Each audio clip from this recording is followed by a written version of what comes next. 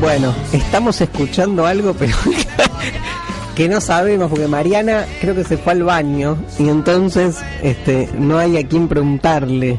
Rojo Manzanilla, más Simpson. Acá apareció Mariana. ¿Qué es más Simpson? Simpson nunca apareció. ¿Había un Bart Simpson?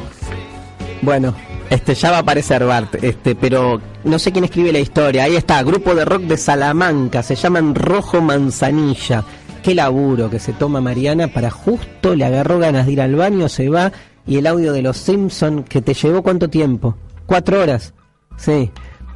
Bueno, si tenemos tiempo lo ponemos. Estamos aquí haciendo El Innombrable con gente muy linda, con Gabriela Gugliano, que hoy nos está haciendo la operación técnica. Gabriel, un grosso, gracias por estar ahí. Mariana Collante en producción general.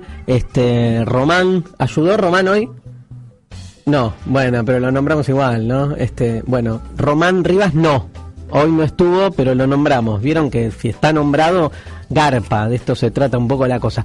Vamos a meternos, ya que hablamos de los nombres.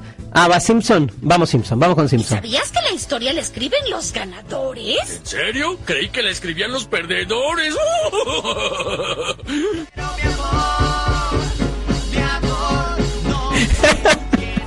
Muy bueno. Pero aparte, digamos, ¿quién es el que pone en tensión el límite entre ser ganador o perdedor? Sino Homero Simpson, ¿no? ¿Qué es Homero? Es el gran ganador de los perdedores de la historia. En realidad es un gran ganador porque en realidad lo que muestra permanentemente es su estado de gran loser histórico. Bueno, qué interesante el modo en que el humor, lo repito hasta el hartazgo, nos permite relacionarnos con estas cuestiones.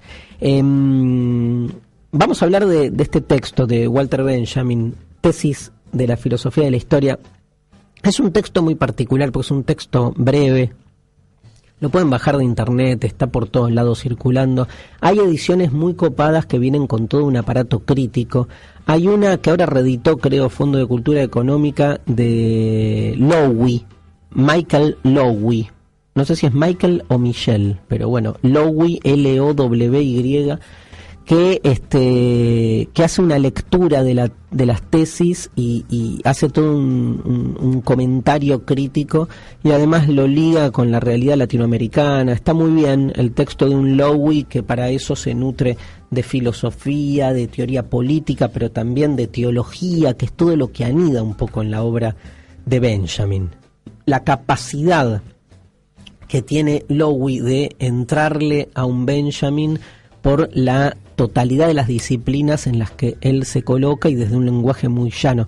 No me acuerdo, el libro tiene un título especial, pero no, Peligro de incendio, Aviso de incendio, así se llama, Aviso de incendio, el libro de Lowy. A ver, las tesis son, digamos, creo que son 17 en total, digamos, cada una no tiene más de 20 renglones. Están escritas con el lenguaje de un Benjamin, digamos, que se pelea con la escritura ensayística tradicional de la filosofía y que también es muy, no críptico, pero poético, ¿no? En ese lugar tan extraño del que después, al que después muchos después arriban en el siglo XX, que es, digamos, poder escribir una filosofía comprometida sin que por ello deje de ser poética, ¿no? Algo que ya Nietzsche había empezado a hacer, pero que en Benjamin asume también todo este costado más revolucionario. Tal vez todas esas fuentes presentes en la filosofía de Benjamin que provienen de la teología, vengan de algún modo asociadas a una estética, ¿no? Porque la teología, si uno le descarga su dogma, ¿no?, con lo que se encuentra es sobre todo con una gran belleza, que tal vez sea la forma en que el lenguaje nos permite conectarnos con lo divino, con lo divino post-divinamente, o sea, por fuera, repito, de un paradigma de la metafísica de la presencia, donde lo divino o bien existe o bien no existe, ¿no? Salirnos de esa dicotomía para pensar a lo divino simplemente como aquello que se nos presenta como posibilidad más allá de los límites. El ser humano accede a un autoconocimiento hasta un punto y se pregunta. Ese se pregunta para mí da origen a la teología. En Benjamin es manifiesto. Benjamin es un autor que, digamos, mezcla por sobre todo dos tradiciones: la tradición del materialismo dialéctico más duro, ¿no? Es un marxista que encuentra un punto de contacto entre su marxismo utópico y toda la filosofía, no es filosofía, digamos, todas las ideas que provienen del mesianismo judío, ¿no? Un ámbito, digamos, que empieza a tener como una fuerte circulación en el mundo, en la cultura europea, sobre todo alemana, de principios del siglo XX, donde se empiezan a encontrar primero las afinidades entre el marxismo y el mesianismo, pero sobre todo donde, digamos, hay como un renacimiento o una recuperación de la sabiduría religiosa más tradicional frente a una religión que por causa de la modernidad se va secularizando, ¿no? Vieron como hay una lectura como, digamos, como políticamente correcta del ser religioso, que es lo que de algún modo implota, ¿no?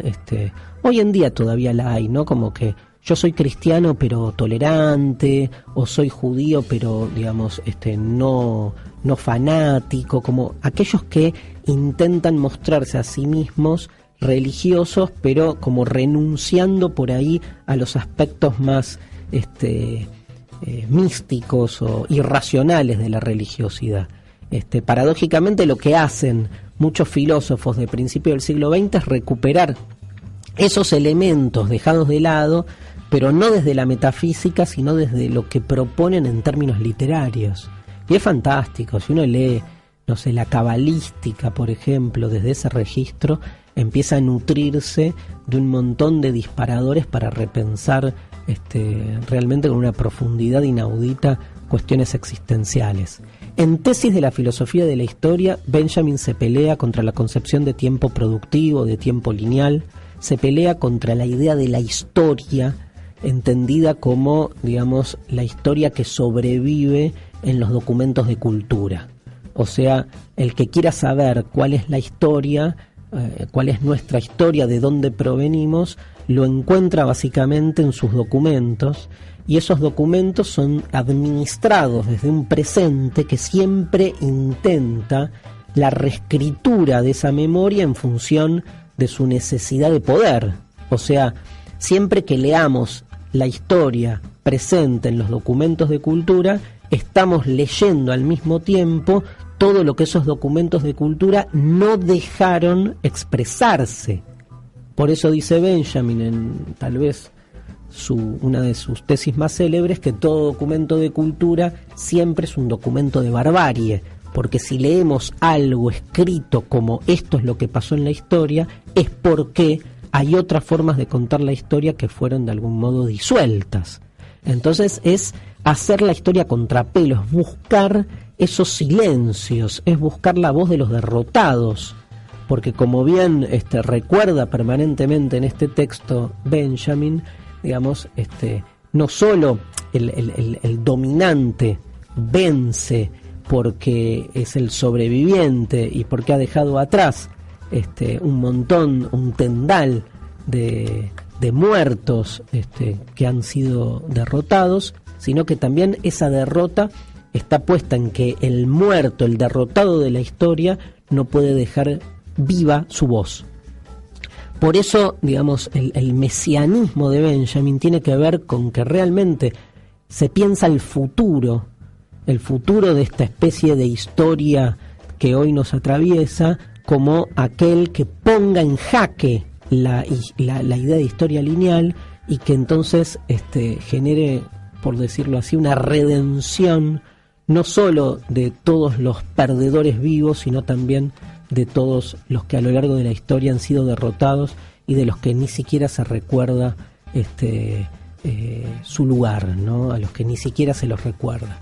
No hay justicia, digamos, real si no está si no hay una redención absoluta, ¿no? Y por eso no puede haberlo en el mundo en el que vivimos. Hay un ideal puesto en el futuro que tiene que ver con un futuro que no es lineal, con un futuro que interrumpe, por decir así, la línea de la historia para que todo se cuente de otra manera.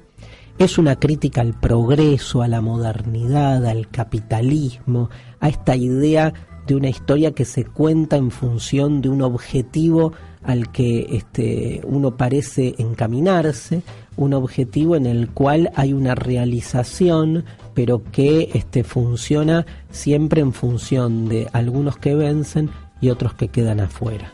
Es fantástico este texto para deleitarse, comprometerse y para utilizarlo muchas veces como una manera de repensar, digamos, nuestro día a día, ¿no? Porque uno puede pensar desde la tesis de la filosofía de la historia el actual contexto político argentino, pensar la dictadura, pensar la globalización. Ya se ha convertido como en una especie de matriz hermenéutica que nos permite ir hacia incluso historias anónimas, ¿no? De esos personajes, digamos, que han hecho historia y que sin embargo han sido dejados de lado, y al revés, poder cuestionar el lugar de los supuestos héroes de la historia. Tesis de la filosofía de la historia, el libro recomendado de hoy, su autor Walter Benjamin, y nos vamos con Depeche Mode, que ha hecho una particular versión, o se ha subido a discutir la lectura vencedora de la historia de Pearl Harbor, ¿no? La versión norteamericana que ha dejado de lado la también existente versión japonesa.